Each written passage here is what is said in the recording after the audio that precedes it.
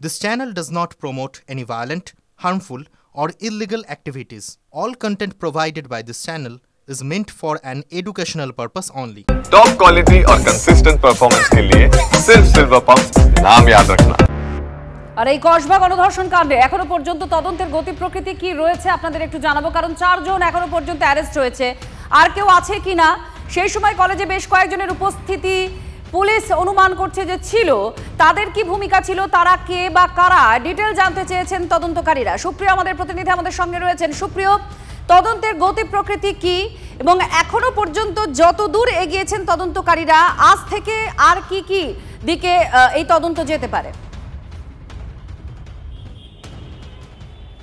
দেখো, ইতিমধ্যেই এই তদন্তে বিশেষ তদন্তকারী দল অর্থাৎ সিট গঠন করা হয়েছে। কলেজের বিভিন্ন জায়গাতে থাকা 3টি ক্যামেরার 7 ঘন্টার ফুটেজ সংগ্রহ হয়েছে, সেই ফুটেজ খতিয়ে দেখছেন তদন্তকারীরা। তার পাশাপাশি নির্যাতিতা ছাত্রী তার বয়ান রেকর্ড হয়েছে। অন্যদিকে যে 4 জন গ্রেপ্তার হয়েছে, নিরাপত্তারক্ষী এবং মূল অভিযুক্ত সহ যে 4 জন, তাদের স্টেটমেন্ট, তাদের বয়ান, এই সব কিছুকে সামনে রেখে ইতিমধ্যেই তদন্তকারীরা যেটা জানতে পেরেছেন যে ওই দিন অর্থাৎ গত 25 তারিখে বিকেল 4টের পর, কলেজ ছুটি হয়ে যাওয়ার পর অর্থাৎ বিকেল 4টের পর কলেজে 17 জন পড়ুয়ার উপস্থিতি ছিল। কিন্তু কেন তারা ছুটি হয়ে যাওয়ার পরেও কলেজে ছিলেন, এটাই কিন্তু এখন জানতে চাইছেন তদন্তকারীরা।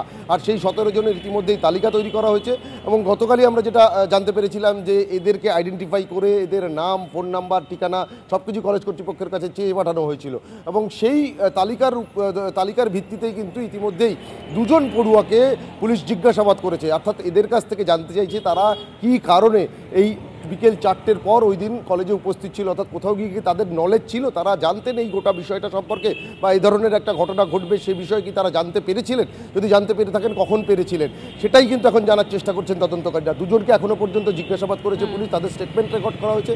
বাকি যে 15 জন, তাদেরকেও ধাপে ধাপে জিজ্ঞাসাবাদের জন্য ডেকে পাঠানো হবে, তাদের স্টেটমেন্টও কিন্তু রেকর্ড করবেন তদন্তকারীরা। অর্থাৎ কোথাও গিয়ে যে নির্যাতিতা ছাত্রী, অভিযুক্তরা বা সিসিটিভি, পারিপার্শ্বিক তথ্য প্রমাণ হিসেবে সিসিটিভির যে ফুটেজ, সেই সমস্ত কিছুর সঙ্গে এদের বয়ানেও কিন্তু সামনে রেখে তথ্য প্রমাণ আরও যাচাই করার কাজ চালাচ্ছেন তদন্তকারী আধিকারিকরা। সেই কারণেই এই যে 17 জনের তালিকা তৈরি, তাদের মধ্যে 2 জনকে ডেকে স্টেটমেন্ট রেকর্ড করা হয়েছে, বাকিদের স্টেটমেন্ট রেকর্ড করার জন্য ধাপে ধাপে ডেকে পাঠানো হবে, এমনটাও আমরা জানতে পারছি। ধন্যবাদ। সুপ্রিয় আমাদের প্রতিনিধি জানাচ্ছিলেন যে তদন্তে এখন কি কি করা হচ্ছে আর করা হবে।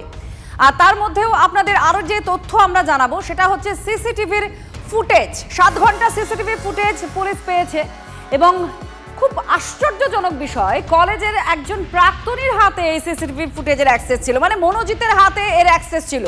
যখন ইচ্ছে সিসিটিভি ফুটেজ সে অ্যাক্সেস করতে পারত, কোন অংশটা থাকবে, কোনটা বাদ যাবে, এই সমস্তটা তার নির্দেশেই হতো। কার মদতে? এই প্রভাব মনোজিতের, অস্থায়ী কর্মী ল কলেজেরই, তিনিই বলছেন যে এই অ্যাক্সেস মনোজিতের ছিল। যখন তখন কিভাবে কলেজে ঢুকে একের পর এক কুকীর্তি সে করত। মাথায় কারো কি হাত আছে? আর যদি হাত নাই বা থাকে, এত দুঃসাহস কি করে হয় যে কলেজের সিসিটিভি, যেটা নিরাপত্তার একটা বড় এভিডেন্স, বড় প্রমাণ, কি হয়েছে, কে ঢুকলো, কখন ঢুকলো, কে কে ছিল ঘটনার সময়, সমস্তটাই সে ডিলিট করতে পারতো, কারণ তার হাতে সেই অ্যাক্সেসটা ছিল। এমনই দাবি কলেজের একজন কর্মীর। 3 জন ক্যাজুয়াল স্টাফের মোবাইলে সিসিটিভি অ্যাক্সেস ছিল। তা হচ্ছে মনোজিৎ মিশ্র, রাজু কাহার, বিমল সামন্ত।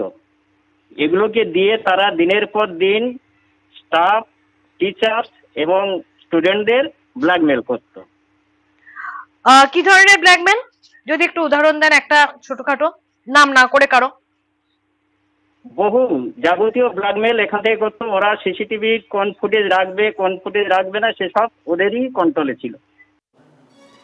কলেজ কর্মী তিনি বলছেন যে ব্যাপক প্রভাব, ব্যাপক দাপট মনোজিতের। এই কথা সাংবাদিকদের জানানোর পর, সংবাদ মাধ্যমে জানানোর পরেই দেখা যায় তড়িঘড়ি মিডিয়ার সামনে মুখ খুলতে বারণ করার জন্য একটা বৈঠক ডাকেন ভাইস প্রিন্সিপাল নয়না চট্টোপাধ্যায়।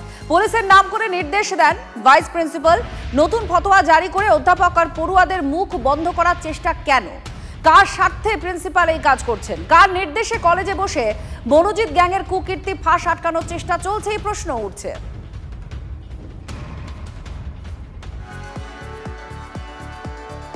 আর কসবা ল কলেজে গণধর্ষণের ঘটনার অভিযোগ ওঠার পর গত 27শে জুন টিভি9 বাংলাকে কি জানিয়েছিলেন ভাইস প্রিন্সিপাল নয়না চট্টোপাধ্যায়, সেটা আপনাদের শোনাবো।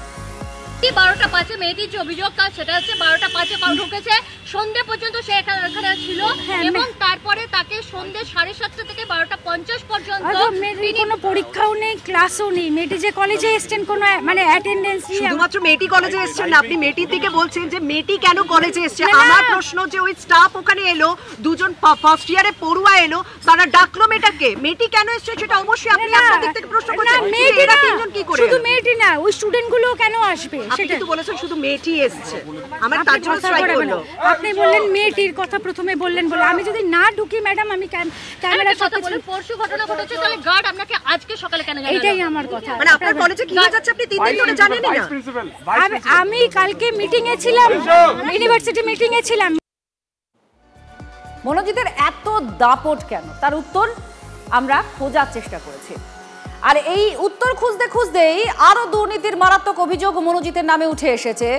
ল কলেজে ভর্তি চক্রই মনোজিৎ চালাতো। একজনের ভর্তি পিছু, অর্থাৎ একজন পড়ুয়া ভর্তি পিছু নিত 2 লক্ষ টাকা। শাসক দলের এক বিধায়ক তথা বার কাউন্সিলের তিনি পদাধিকারীও, তার সুপারিশেই নাকি এই ভর্তি প্রক্রিয়া হতো। আর সেই প্রবীণ বিধায়ককে জেঠু নামে ডাকতো মনোজিৎ। জেঠুকে খোলসা করে দিয়েছেন বজবজের তৃণমূল বিধায়ক অশোক দেবী। কলেজে অ্যাডমিশনের নেক্সাস চালাতো মনোজিৎ, যেটা জানা যাচ্ছে যে জেঠুর লোক কিংবা দাদার ক্যাচ এই ধরনের শব্দ ব্যবহার করে আদপে নিজের প্রতিপত্তি ফলিয়ে কাউন্সেলিংয়ে কলকাঠি নাড়ত এই মনোজিৎ মিশ্র, এবং মিনিমাম 2 লক্ষ টাকার বিনিময়ে এই ভর্তিতে বেনিয়ম চালাতো মনোজিৎ। অভিযোগ, শাসক দলের এক বিধায়ক তথা বার কাউন্সিলের উচ্চ পদাধিকারীর সুপারিশেই অ্যাডমিশন হতো। ওই প্রবীণ বিধায়ককেই জেঠু বলে ডাকত মনোজিৎ। তার সঙ্গে ছবিও রয়েছে মনোজিতের। কে এই জেঠু? কলেজের কানাঘুষোর সূত্র ধরে টিভি9 বাংলা পৌঁছয়ে অশোক দেবের কাছে, যিনি বজবজের তৃণমূল বিধায়ক। যে ল কলেজের স্টুডেন্টরা কি আপনাকে জেঠু বলে? জেঠু তো সবাই আমি বলে, আপত্তি কোথায়? আমার ঘরে অনেকে আসে, দেখলে তো কত লোক আসছে। কার মনে কে জানবে কিরম করে, কে কোথায় ছবি তুলে জানবে কিরম করে, একটা ছবি একটা নিয়ে যাই, নিজে ব্ল্যাকমেল করবে জানবে কিরম করে, যারা সম্ভব না। তাহলে কোনো জনপ্রতিনিধি তার ঘরে তাহলে সিকিউরিটি দিয়ে লোক ঢুকাতে হবে, এটা আমরা পারবো না। মনোজিতের সঙ্গে ওঠা ছবির সম্পর্কে এড়িয়ে যেতে মরিয়া অশোক দেব। যদিও কলেজের পরিচালন সমিতির প্রেসিডেন্ট অশোক দেবের দিকেই আঙুল বিজেপির বিধায়ক অগ্নিমিত্রা পালের। সাউথ ক্যালকাটা ল কলেজের গভর্নিং বডির প্রেসিডেন্ট অশোক দেব তৃণমূলের বিধায়ক, তার ছত্রছায়াতেই এই মনোজিৎ মিশ্রের ক্যারিয়ারের উত্থান। অগ্নিমিত্রার অভিযোগ নিয়ে কি বলছেন বজবজের বিধায়ক? এখন অনেক কথাই বলবে, অনেক কথা কে জানতো না। যারা বলছে তাদের পেছনে কত গন্ধ আছে আমি জানি, যা সম্ভব না। আগে তাদের নিজেরা গন্ধ দেব, তারপর কে আসবে। রাজনৈতিক মহলে অবশ্য জোর তর্ক বিতর্ক ভর্তি দুর্নীতি নিয়ে। বাম বিজেপি শিবিরের অভিযোগ তৃণমূল শিবিরের দিকে। অতীতের উদাহরণও টানছে তৃণমূল কংগ্রেস।